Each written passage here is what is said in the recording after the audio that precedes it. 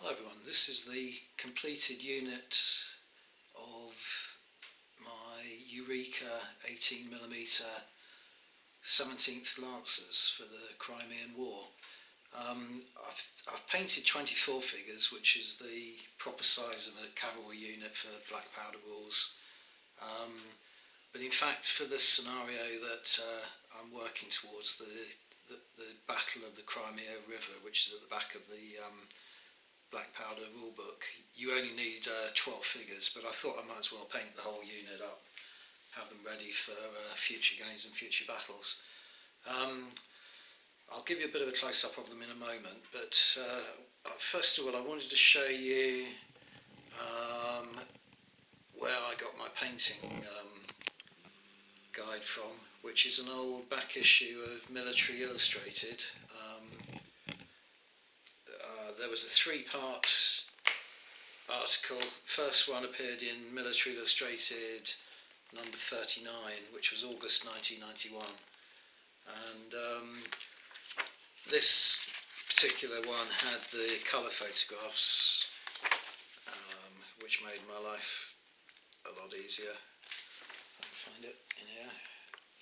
Yeah, there we go. Colour photographs such as this.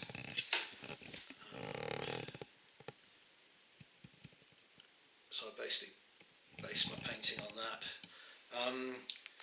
The other two articles were black and white, but they went on to describe the horse saddlery, what else, the uniforms, personal equipment, and the final part was the horse saddlery. But the main one, with all the nice colour photos, was issue number 39 in 1991. What month was it? August 1991. Right. Okay, so while I've got the photograph here, I'll just point out to you, because I want to show you a close-up of the models and what I thought of them, but one particular thing that wasn't portrayed so well on the sculpts themselves are these really long cap lines that wrap right around the cap and attach to the body, so that I suppose if the hat does come off in a charge, it doesn't fly away and you can retrieve it.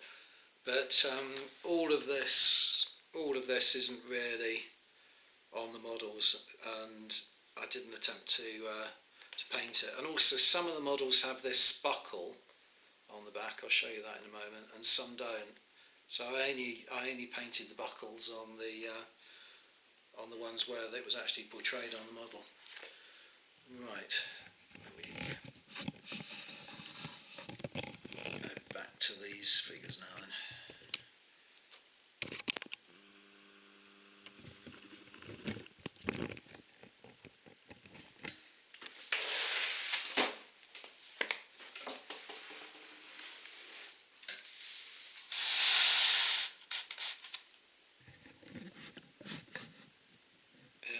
So it took me a while to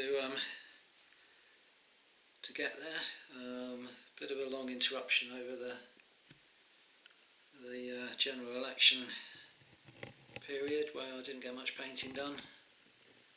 But really pleased with the way these particular figures have turned out. Really like the sculpts, particularly. I like this guy here.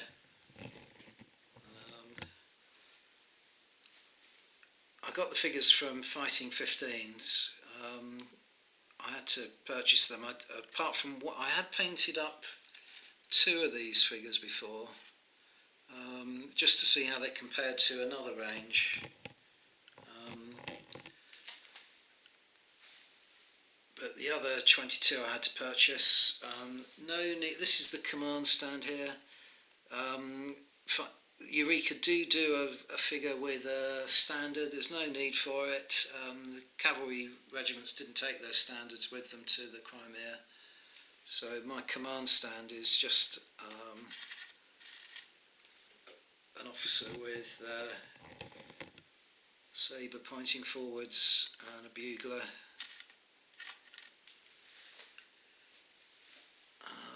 And the other stones are composed of 3 different types of figure. I got them from Fighting 15s, as I say, and they do have a warning on their website that you might need to drill out the lances and use your own, make your own from spears, I suppose, or something, because they said they couldn't guarantee them arriving safely without snapping off. But I didn't have a single problem with that, which I was quite relieved about, because I don't like doing that kind of modification to a figure. There was one figure, can't remember which one, but there was one figure where the spear point was in danger, hadn't quite broken off, but it was in danger of snapping off, so I just liberally applied super glue to it, and I've just been careful the way I've handled them since to try and avoid knocking it off. So they all came fine. As I say, those cap lines, really there's no point in painting them down below. Should have got something to point this out, but down to below where they meet the body. They're not portrayed actually on the body, other than one of the figures has a sort of slight, one of the sculpts has a very slight suggestion. I think it's the guy with the lance pointing down, but I doubt very much whether you can even see it. But there's a very slight suggestion of a looped bit of line on his left breast, but at this scale I didn't really want to paint things that I tried to make it a rule that I never paint detail that I can't actually make out on the model. So I drew the line at that, and also, as I was saying, the figure with the the sort of sloping lance, you can actually see the belt buckle cast on, but not on any of the others, so I didn't bother to put it on any of the others. I don't think you really notice it at this sort of, at a distance that I haven't painted it on. And yeah, really happy with those. It's nice to get a cavalry unit together, ready for a game. Might be a little bit of a delay before I put another film out on this series, because I've embarked on trying to paint over 50 Highlanders, which are going to be a little bit tricky to paint with all the tartans and so on.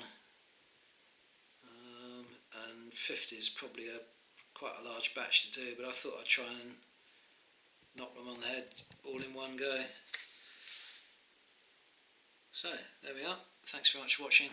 See you on the next video. Bye for now.